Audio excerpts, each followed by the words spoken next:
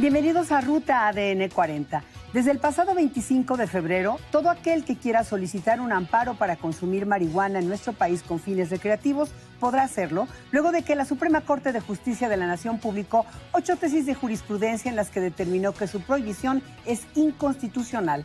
Los ministros reconocieron que la prohibición del consumo de marihuana no es una medida proporcional para proteger la salud ni el orden público, por lo que su penalización vulnera el libre desarrollo de la personalidad. Esta determinación no contempla la adquisición ni el comercio de la marihuana, y es muy importante señalar que no significa que su consumo haya sido legalizado. Hoy vamos a platicar con Fabián Aguinaco, abogado postulante en defensa de los derechos humanos, y con Víctor Gutiérrez, abogado de México Unido contra la Delincuencia. Acompáñenos.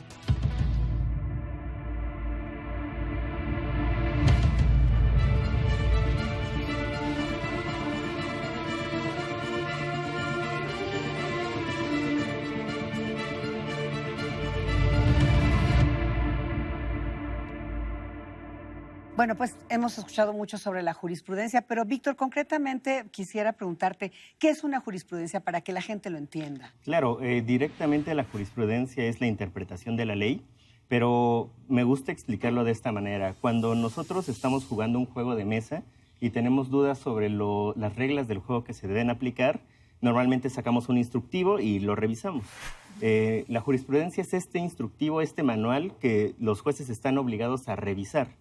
De tal suerte que si nosotros le preguntamos, oye juez, la Ley General de Salud viola el derecho al libre desarrollo de la personalidad, el juez inmediatamente consultará la jurisprudencia, y si la Suprema Corte de Justicia o un órgano que pueda realizar esta interpretación se ha pronunciado al respecto, para el caso específico de cannabis está obligado a seguir esas reglas. Entiendo entonces, Fabián Aguinaco, bienvenidos los Gracias.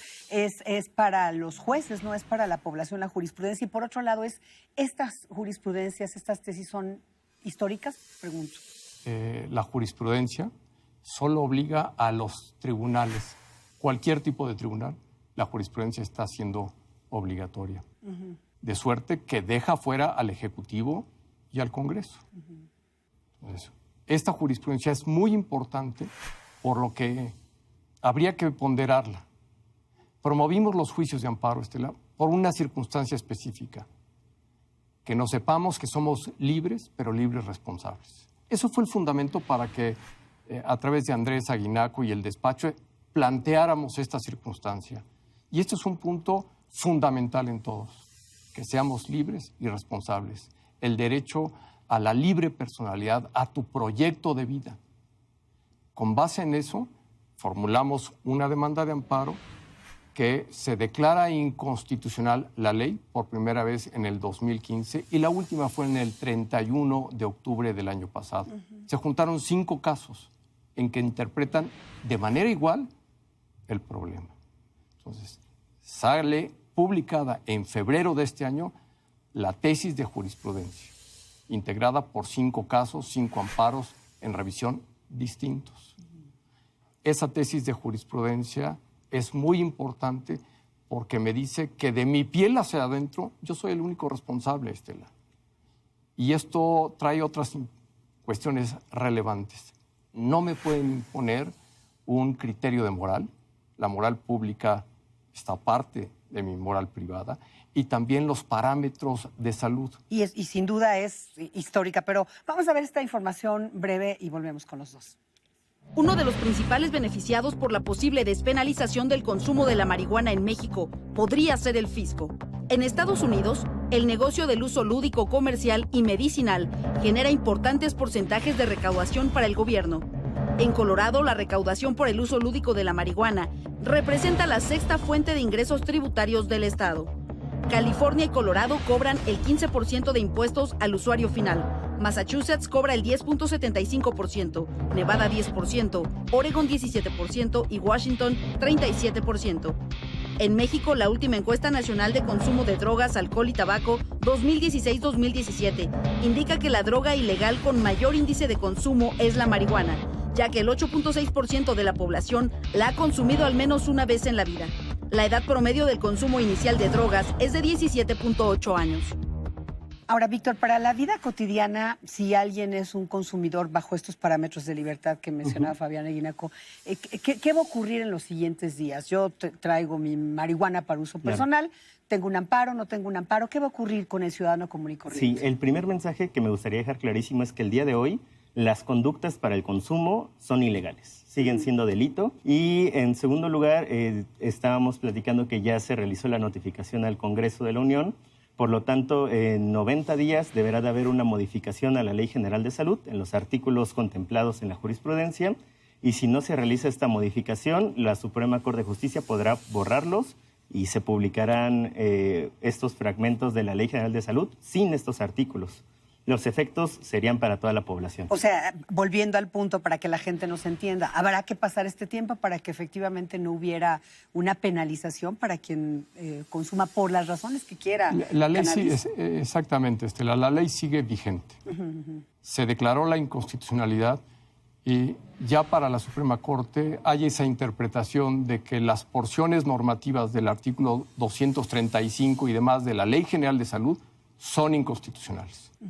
Ahora, para que surte efectos para las mujeres y hombres de la calle, habría que esperar a una respuesta del Congreso para que modifique la ley en el plazo de 90 días útiles. Si no lo hace, entonces la Suprema Corte de Justicia, por 8 votos que tuvieran en el Pleno, cuando menos, se declare la inconstitucionalidad de estas porciones de la ley.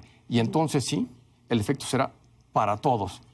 Y con la interpretación que le puedan dar todavía a estas disposiciones, podrán salir, y con las restricciones que también la jurisprudencia dice. Porque la jurisprudencia no está señalando que sea un derecho genérico, abierto, sino que tiene sus restricciones, como todo. Ahora, ¿cuál es su proyección? ¿Sí será aprobado por el Congreso o llegaremos a un escenario como el que plantea el licenciado Eguinaco? Esa pregunta es muy interesante. La carga de trabajo que tiene ahorita el Congreso de la Unión no podría aseverar que le permita realizar las modificaciones a la Ley General de Salud en los próximos días. Sin embargo, ya tenemos un proyecto de ley, el que presentó la ministra en retiro, Olga Sánchez Cordero, que en su armonización trastoca todos estos artículos. Y en caso de que esta ley sea publicada antes de que transcurra el plazo de los 90 días que hemos estado platicando, quedaría sin efecto la Declaratoria General de Inconstitucionalidad. Y entraría en vigor la ley de la ministra Olga Sánchez Cordero. ¿Cuál es tu proyección, considerando incluso que esta propuesta pues ha sido una bandera también de la ministra Olga Sánchez Cordero? Sí, ella, siendo ministra, votó porque el primer asunto se resolvió en el 2015. Yo desearía que el Congreso pudiera actuar y que actuara en consonancia con lo declarado inconstitucional por la primera sala. Pero también desearía que la Suprema Corte echara mano de esta herramienta constitucional, que sería la segunda vez en que estaría utilizando esta disposición de la Constitución. ¿Y por qué? Porque adquiere una presencia la Suprema Corte, como la tiene, pero la adquiriría y frente a todos estaría diciendo: yo soy realmente el vigilante de la Constitución, Estela. Y eso es muy importante. Pero en un contexto en el que estamos, otra vez, de hacer valer los poderes, los contrapesos, ¿eso sería posible? Sí. Posible es, pero ¿es un escenario que está en la mesa? Es un escenario muy posible. ¿Qué piensas, Víctor? Está contemplado en la Constitución, está contemplado en la ley, y hace un par de semanas quedó clarísimo que esta figura puede ser utilizable, es viable, a pesar de que tiene candados muy rígidos, como el voto de 8 de los 11 ministros para que se lleve a cabo. Lo veo totalmente posible. Ahora, si no podemos esperarnos a que transcurran estos 90 días o que se publique la nueva ley que ya está en el horno en este momento, el camino tradicional es la solicitud ante COFEPRIS, y la experiencia que ha tenido México Unido contra la Delincuencia en los últimos meses es que la jurisprudencia, o desde que han aumentado el número de fallos, reduce el tiempo increíblemente. Nos demoraba un juicio de amparo 1 año y medio, 11 meses. ¿Y ahora? El último que hemos tramitado fue resuelto en 4 meses en primera instancia, Y es muy importante decir que ni COFEPRIS ni ninguna de las autoridades los han impugnado. Entonces, desde que llega con el juez, ha quedado clarísimo que estamos cambiando de paradigma la política de drogas en nuestro país. Sí, que son puntos que hay que considerar en este debate, ¿verdad, Fabián? Sí, y un hecho adicional a todo esto. La Suprema Corte, la segunda sala, acaba de resolver que todavía varios amparos como el de Jorge Castañeda y otros actores no lo va a resolver y lo regresa a los tribunales colegiados. Quiere decir que van a evitar una contradicción de tesis de jurisprudencia entre la primera y la segunda sala, y ya toda vez que hay una jurisprudencia declarada, lo envían a los tribunales para que la apliquen. Y eso trae consecuencias de mayor facilidad y agilidad en los asuntos. Entonces, va a quedar firme esa jurisprudencia. Claro, es un cambio de paradigma, también coincides con lo que dice Víctor, no solamente en el sentido de el respeto a la libertad individual, etcétera, los derechos humanos, esto de la política contra, digamos, todo el crimen que viene de las drogas. Economía, digamos, en Colorado, por ejemplo, ya hay mediciones de cuánto ha recabado, tan solo de enero del año pasado a la fecha, $224 millones en impuestos de enero a noviembre. ¿Este factor se estará considerando en este escenario?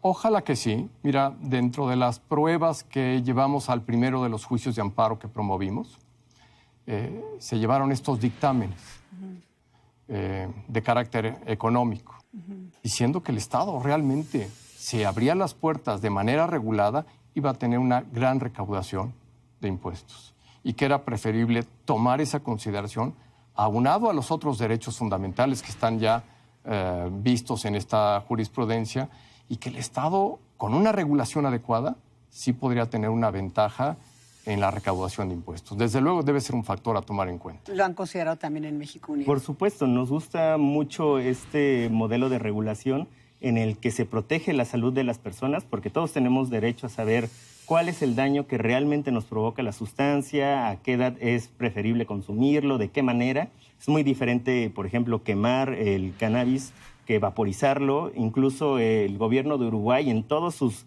empaques que tiene a la venta para el público en general, dice: se te recomienda, por favor, vaporizar para eliminar cáncer de lengua, garganta, pulmones. Todos estos tips el Estado debe de brindarlos porque es su obligación.